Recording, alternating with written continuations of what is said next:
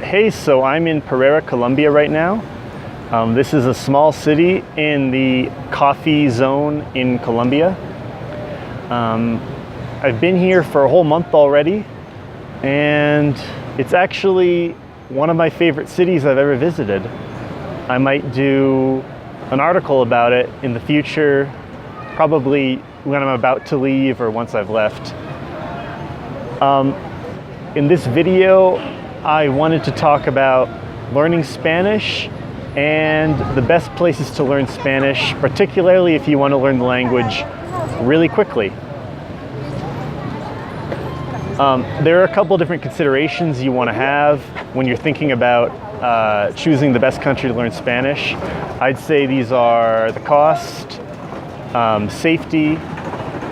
Then you want to think about whether or not there are a lot of foreigners living there, because of course when there are a lot of foreigners you can get the expat syndrome and you don't spend any time, talking with locals, you just talk to other foreigners. And then there's just how open people are to having a conversation with you. I guess I can start off by talking about Colombia and different cities in Colombia.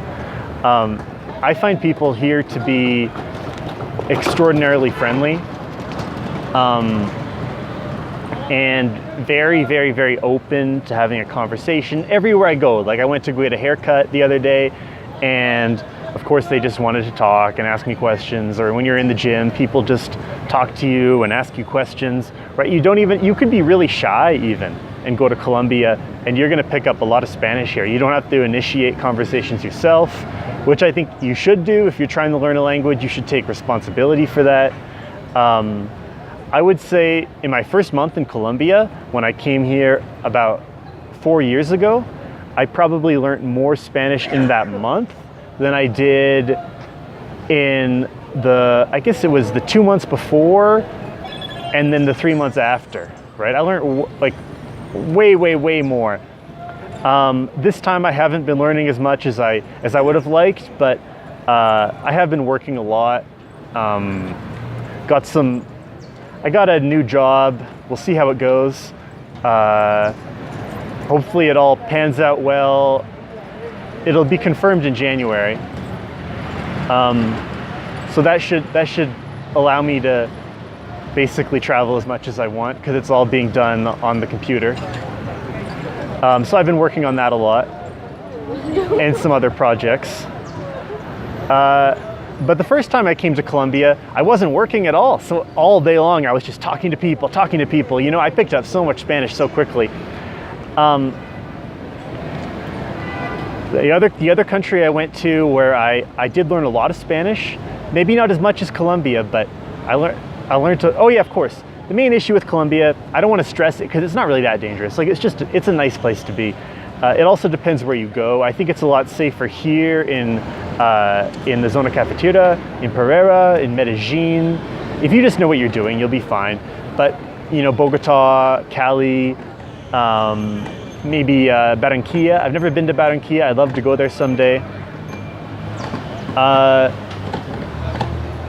These places are potentially a little bit more dangerous, but you should be fine if you're an experienced traveler, you'll be fine.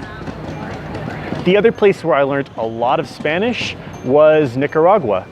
I found people there to be very friendly. I would say everyone who goes to Colombia loves it.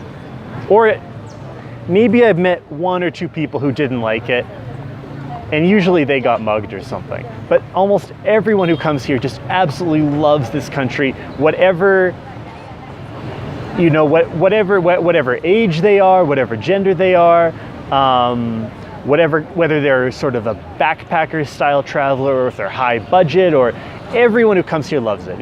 If you're a traveler, it's a must-see place, right? Nicaragua is much different. I'd say it's a 50-50 split of love-hate. I think Nicaragua was very safe. People are extraordinarily friendly. It was a great place to learn Spanish. I met a lot of local people there, and they were happy to teach me Spanish. Maybe not quite as friendly as Colombians, but still very, very, very friendly and open. the main two complaints about Nicaragua are that it's too touristic and it's dangerous. But the thing is, don't go to San Juan del Sur, right? If you go to San Juan del Sur, you are at extremely high likelihood of getting mugged, especially if you go partying, you go out at night. The rest of the country, Managua and San Juan del Sur are dangerous. The rest of the country is like, you know, I think they have a murder rate below Costa Rica. I think they have the lowest murder rate in Central America.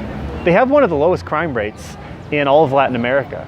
So people think of the reason why people think of the city as dangerous is because Managua is legitimately dangerous, and same as San Juan del Sur.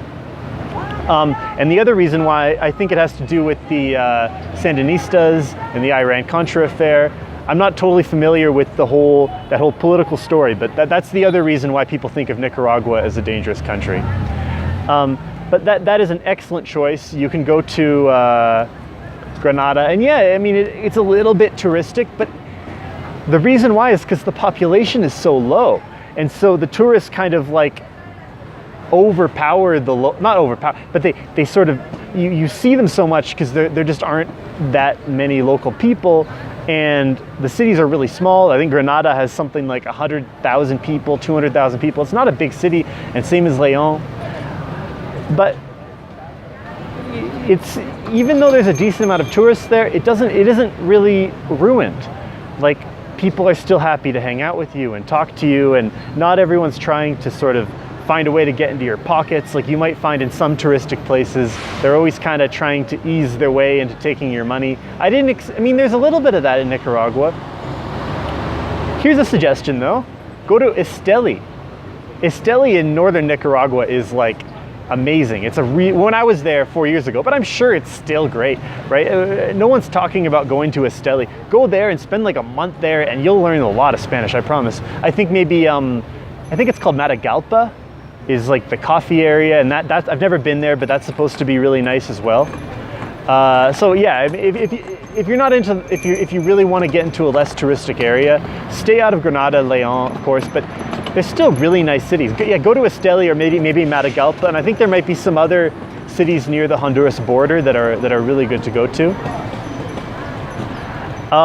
Another spot, I've never been to Argentina, but from what I hear, that's another great spot to learn Spanish.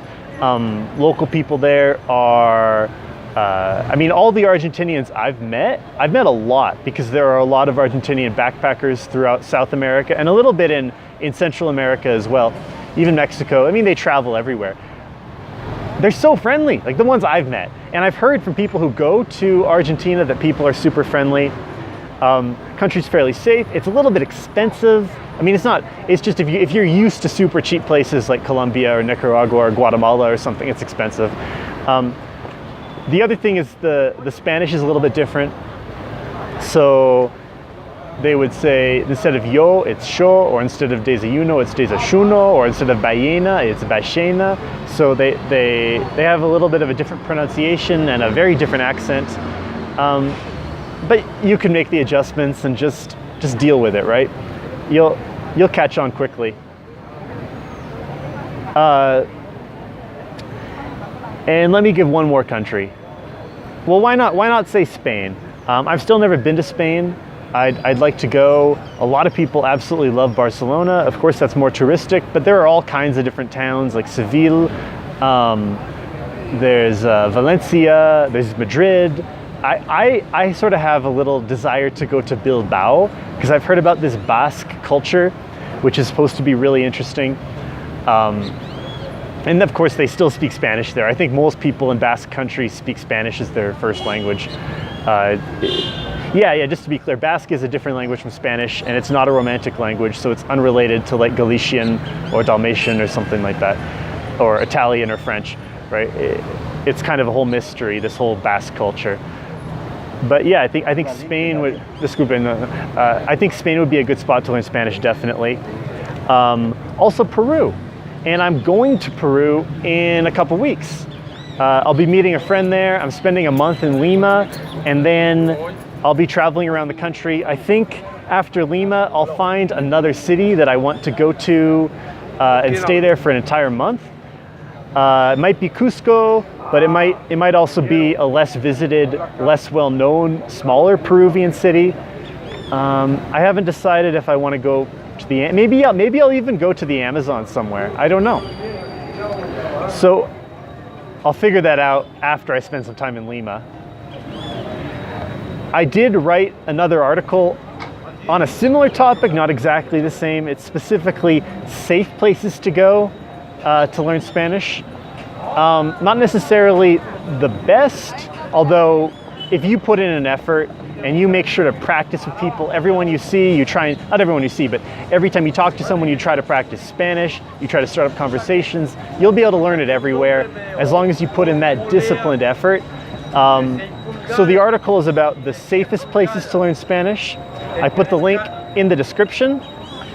If you found this video interesting, of course, you should subscribe and hit the notification bell.